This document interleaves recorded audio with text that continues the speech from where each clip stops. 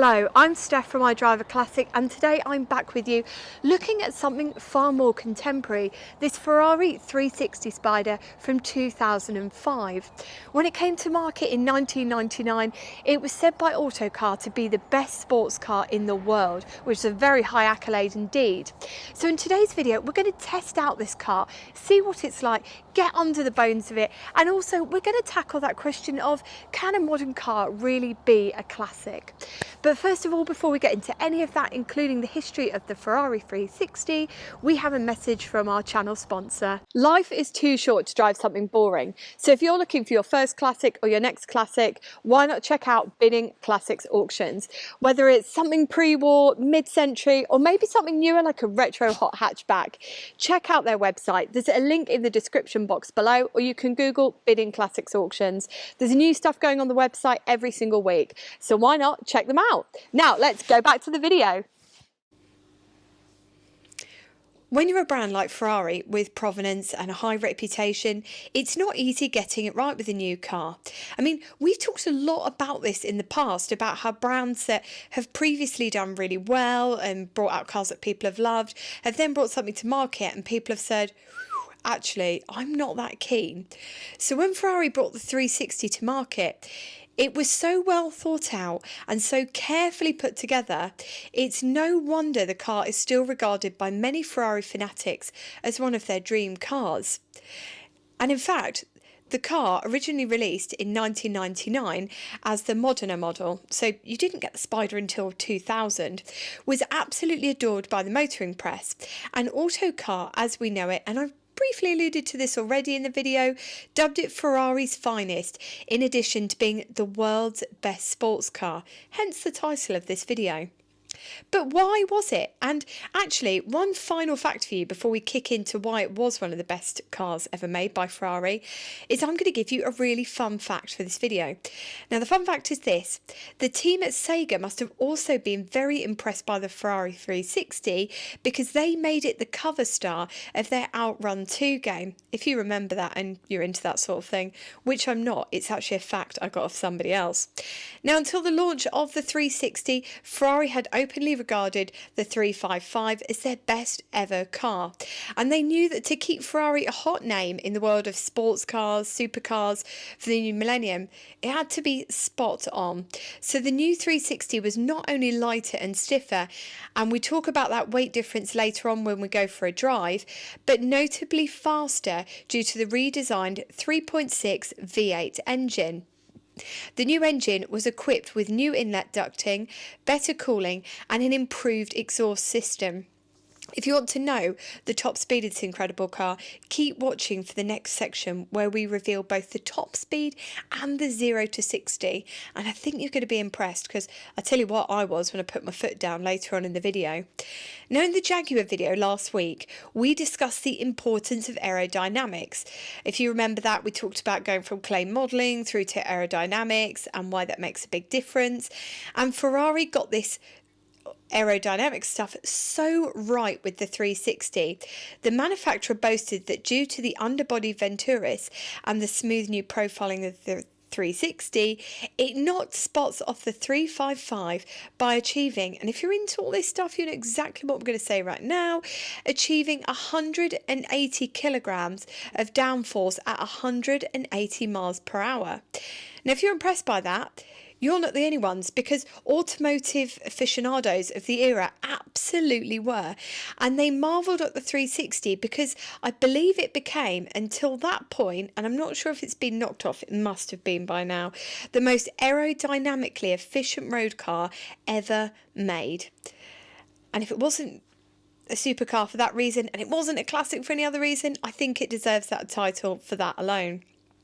From Lamborghini to Porsche, everyone making cars in that wild world of car prices looking like telephone numbers, aka above 100 grand, suddenly had to sit up and take notice because Ferrari changed the game with the 360.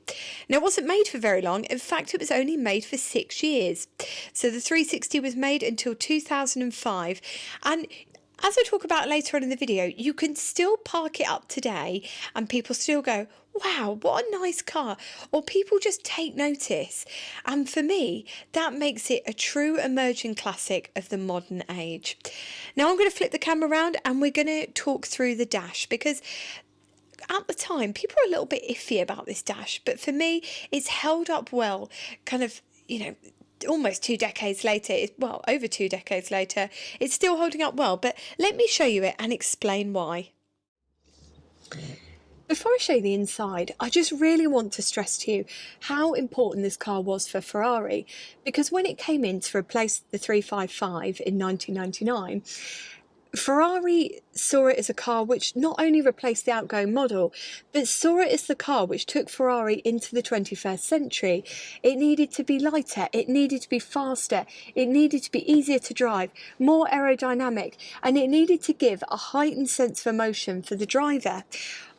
Which, realistically, when we talk about classic cars, we talk about our emotional connection to the cars, because that is what makes something a classic. It's that fond memory, it's that potential hatred. Oh, that teacher was owned by a car I didn't like, or that's the car that got me into cars because it made me excited.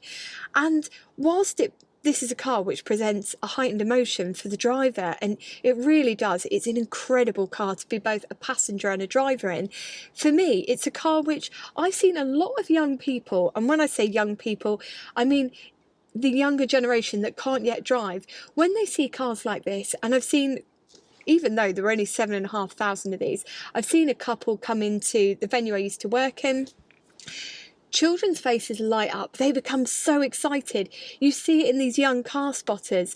I think for me, this may not be a classic for those of us that are in our 30s, 40s and beyond, but for the younger generation that are 21 and under, I think this will be a car that they see as a classic. But how does it hold up? Because I think we can all agree that externally it's very aesthetically pleasing. It is a beautiful car.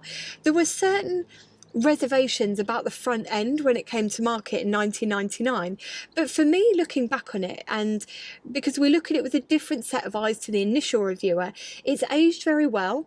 I think it holds its place even at a supercar meet. Now you would see this and I think you would stop and be like, that's a nice car, take a photograph, and you would remember it because it has a really beautiful, unique styling.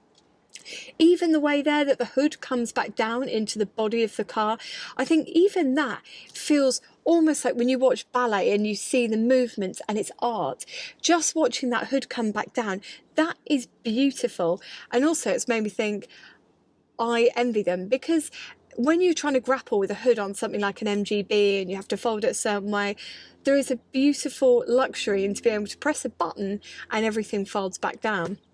But that's it externally, and that's it from an emotional perspective. But what about this interior? Because it's not just about the driving experience, it's also about what it's like to sit inside. Well, let me talk to you about that. First of all, this has the cream leather interior. Now, apparently this is the most sought after of the finishes. It's still in beautiful condition. I think that you can see that really high quality leather has been used. It's held its shape well. It hasn't deteriorated. It's aged so nicely. And that's another reservation of the time. So when this came to market and Autocar reviewed it, they were really concerned about some of this chrome trimming round here. And they said, oh, that's probably going to end up being quite scarfed, or they felt a little bit reserved about it when they were giving praise. But for me, looking at this in 2023, this car has, I think, around 20,000 miles on the clock. It's in great nick. It's the same chrome finishings used around here. There's a few light scuffs around the very high traffic areas around these panels here, but overall it's held up remarkably well compared to, I think, what they thought might happen. So what else have we got inside? Well, remember, this is a car from 1999, so it's not overly specced up with all the OTT technology, and I love that, because I think that when you go out in a car where performance is the biggest thing and that's where you're getting most of the joy is being derived from.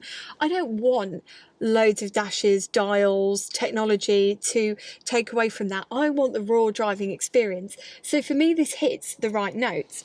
Now over here, we've got our glove box. It's quite small inside there, but bear in mind, we're not here to be stuffing loads of stuff in a glove box, are we? Now coming into the centre here, you've got your heater vents, coming down into your radio there, with your window controls either side, and then coming down into your panel for your heater. Coming in front of us, everything is also deliciously simple and straightforward, which I really like. We've got the temperature gauge, we've got the oil gauge, we've got fuel gauge, we've got rev counter, and we've got the speedo. You've also got a selection of warning lights built into the panel there, but it's all very thoughtfully moulded in, and it doesn't look...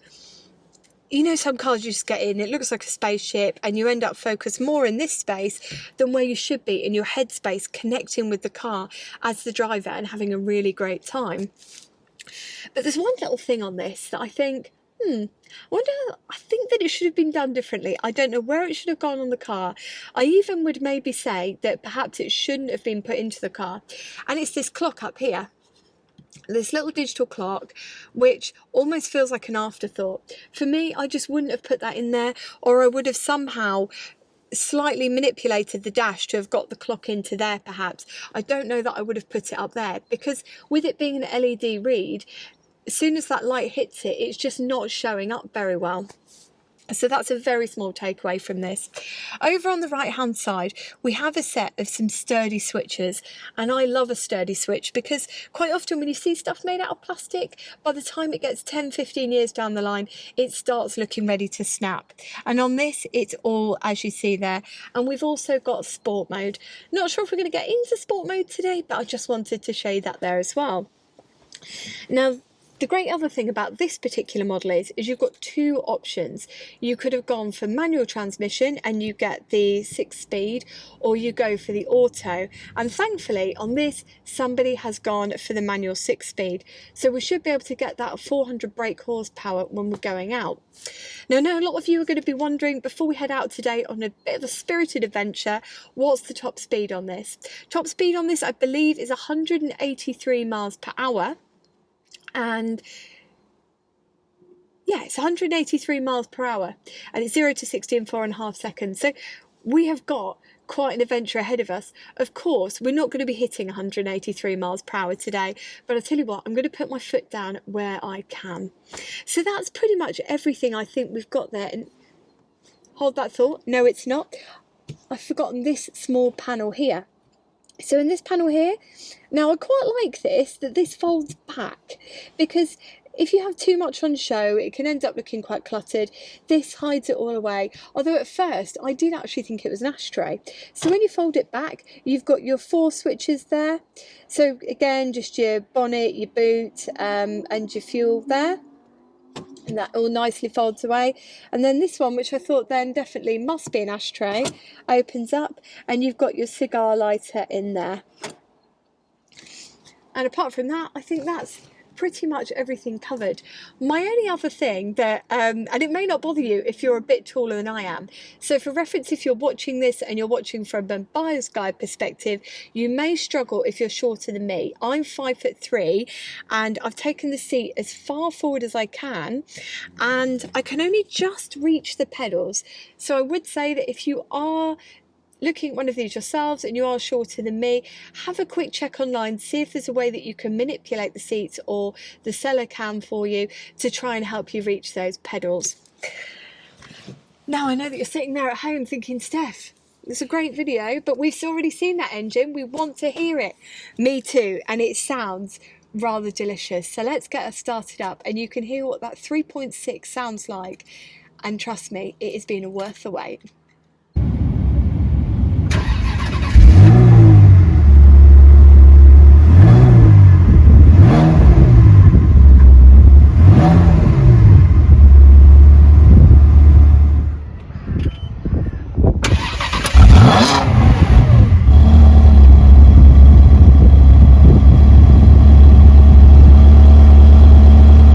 Right, let's go on an adventure. time we've got a 6-speed box here.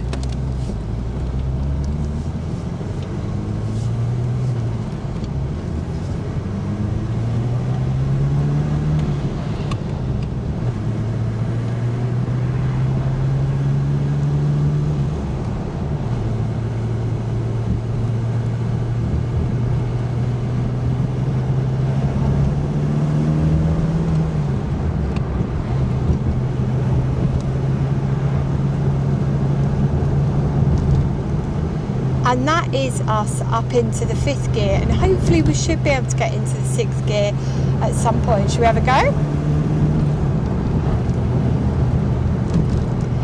Now the thing is, when you take out a powerful beast like this, and you're so used to being in something that I'm more comfortable with, you know, where it's under a 2 litre, you end up thrashing it round, and that's half the fun. It's that gusto as you push the pedal down. But in this, you have to be quite reserved, because a Ferrari is a powerful beast, and when you get in, you need to be driving with respect.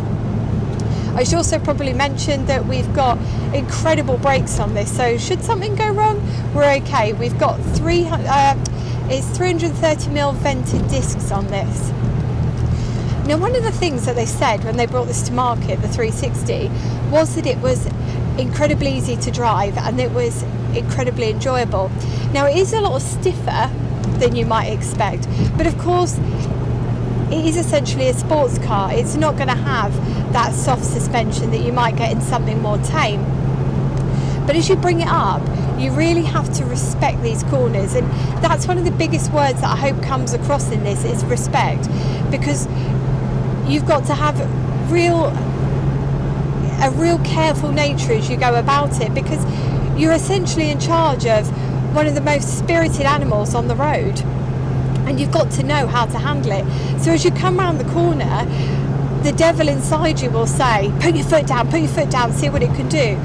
But the thing is if you do put your foot down and you're not used to handling it, it will kick the back end out, and it can be quite hard to bring it back into a straight line. So you do have to be quite careful. And I think unless you are a professional race driver, you don't want to be going wild in this. Now, if you're wondering what it's like, it feels as light as you think it would. It feels light to drive, it feels light as it comes along the road, because of course it is mainly aluminium, whereas that 355 was mainly steel. And I think the proportions on this are 10% bigger, and yet it's 28% lighter, and you can really feel it as well. Now, it's a funny one, because to say that I have never driven a Ferrari before, or really, I haven't really driven that much that you would kind of classify in that supercar box, this for me is such an easy car to get into. The box feels quite notchy at first, and you have to kind of feel your way into it and almost become a bit of an expert with it. It takes a little bit of getting used to, but it's nothing like that Fiat we had the other day where it almost detracted from the driving experience. I think you could get into this Ferrari having never driven anything more than something completely normal like a Corsa or an Astra, something that anybody could drive, and you could get into this and feel quite confident quite quickly. Visibility is quite good. The handling is incredible. It's like nothing that I've ever experienced. The smallest and the slightest light touch on the steering wheel will provide an instant response. It's incredible. And when this came to market, and bear in mind that Ferrari had gone after that 21st century appeal of it being lighter, faster, easier to drive, you would think, coupled with all of that, with all the aluminium and everything, that it might end up being a more expensive, like a largely more expensive car than that 355. But when this came out, it was 101, I think it was around £101,000, and it only ended up being 4% more expensive than the car, the 355, that it was replacing. So all in all, it was quite good. Now, to say that there were only ever 7,500 of these Spiders ever made, you would think that the fan base or the support might be quite small, but largely for any Ferrari, there's a lot of support out there. There's a lot of love for them. They're easy to resell. They're easy to go and find a community for. So whilst you might be looking and saying which supercar is for me or which sports car is for me, this might be a really good choice. And so what I'm going to do now is end this video by putting my foot down on this straight, so you can see what it's like, and watch, because I do end up coming back in the sea. Watch.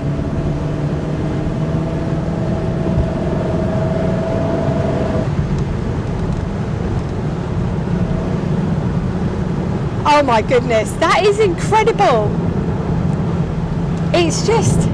It's like nothing I've ever experienced before. The feeling of this must be like when you've got a wild animal and you're trying to control it. It's incredible. I have had such a marvellous day out. I hope you've enjoyed seeing something different on the channel. I know that I did promise that we were going to get something completely different this week, and that it wasn't going to be a car.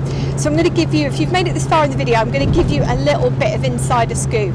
Next week, I'm going to put out that video that isn't a car. It's actually a Bedford CF2. I thought we'd do something different, something mad. So until next Sunday, when we come back together once again, and we're looking at Bedford CF2, take care and drive safely.